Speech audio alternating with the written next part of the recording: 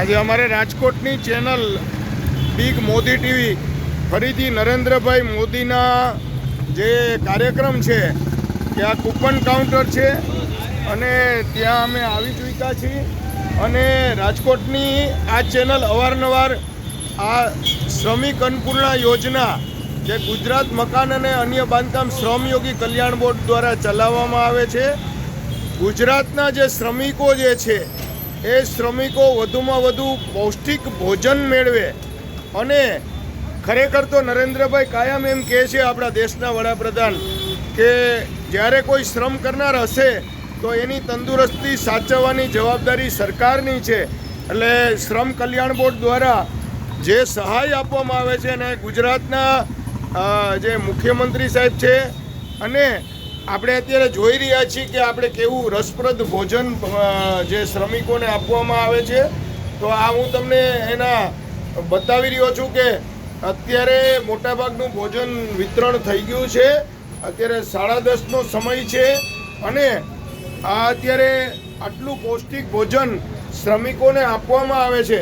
તો અન્નપૂર્ણા કેન્દ્રની અંદર આ પ્રકારની ગેંડીની પણ વ્યવસ્થા છે અને અન્નપૂર્ણા કેન્દ્રમાં અગાઉ પણ મેં કીધું એમ કે જે લોકો લેબર ડિપાર્ટમેન્ટમાં હોય અને શ્રમ કલ્યાણ બોર્ડમાં જેમનું નોમિનેશન થયું હોય એ શ્રમિક કાર્ડ ધરાવતા જે શ્રમિકો હોય એ બધા લોકો આ કડિયા નાકા ઉપર માત્ર 5 રૂપિયા જેટલા ટોકન દરમાં સરકાર આ માટે 37 રૂપિયા ચૂકવે છે.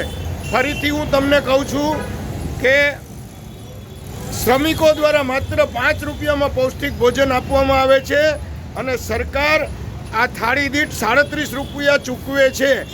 એનું એક અને માત્ર એક કારણ છે કે શ્રમિકોને પૌષ્ટિક ભોજન પ્રાપ્ત થાય. અને ગુજરાત સરકારની હમણાં પ્રાપ્ત માહિતી અનુસાર ગુજરાત સરકાર દ્વારા અત્યારે નવા કડિયા નાકા ખોલવાની યોજના ચાલુ છે. તો બેન, નવા કેટલા કડિયા નાકા ખુલવાના છે? 100 જેવા નવા કડિયા નાકા ખુલશે. તો એનાથી શું ફાયદો થશે શ્રમિકોને બેન?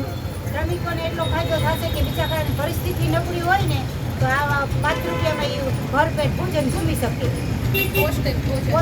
તો પૌષ્ટિક ભોજન મળે તો ત્યારે આમાં તમારે અત્યારે આજના ભોજનમાં શું શું છે? આજના ભોજનમાં રોટલી છે, ભાત છે, મગનું શાક છે ને દૂધી દાળનું શાક છે અને ગોળ ને અથાણું. ગોળ પણ છે અને તો ગોળ ને એનું જે કેલરીનું માપ છે એ પણ મેં જાણ્યું કે ખૂબ સરસ એને કેલરી પ્રાપ્ત થાય અને શ્રમિકો છે એ તંદુરસ્ત જીવન જીવે.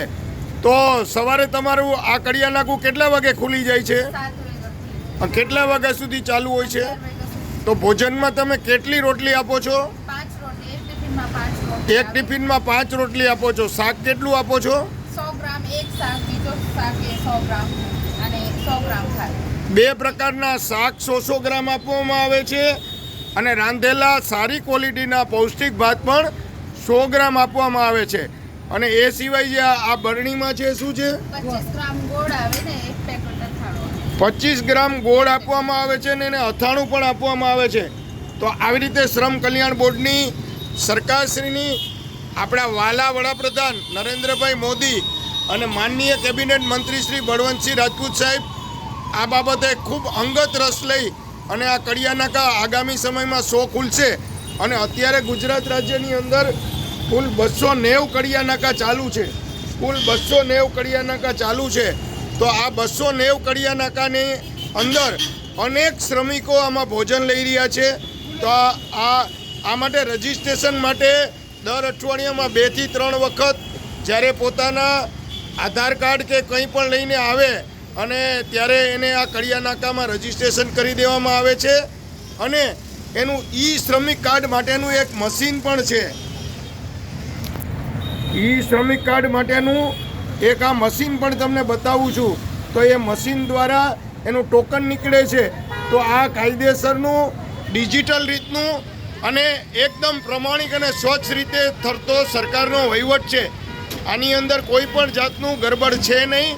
એટલે સરકાર ઉપર આંગળી ચીંધનારા તત્વો સાવધાન રહે કે સરકારને બદનામ કરવાની નીતિ એ ખરેખર ખરાબ નીતિ છે વારંવાર શ્રમિકોને ઉશ્કેરીને રેલીઓ કાઢવામાં આવે છે. હમણાં પણ મને માહિતી મળી તાજેતરમાં, ત્યારે બિલ્ડર લોબી એસોસિએશન દ્વારા શ્રમિકોને હાથો બનાવી અને એક સરકાર વિરુદ્ધની રેલી કાઢવામાં આવી. પણ જ્યારે સરકાર શ્રમિકો માટે આવા કાર્યો કરે છે ત્યારે આવી બધી બાબતોને અવગણવી જોઈએ અને બિલ્ડરોને થતા જે ટેક્સ વધારા જે કાંઈ છે એ પણ સહન કરવા બિલ્ડરો લોબીએ તૈયાર રહેવું જોઈએ.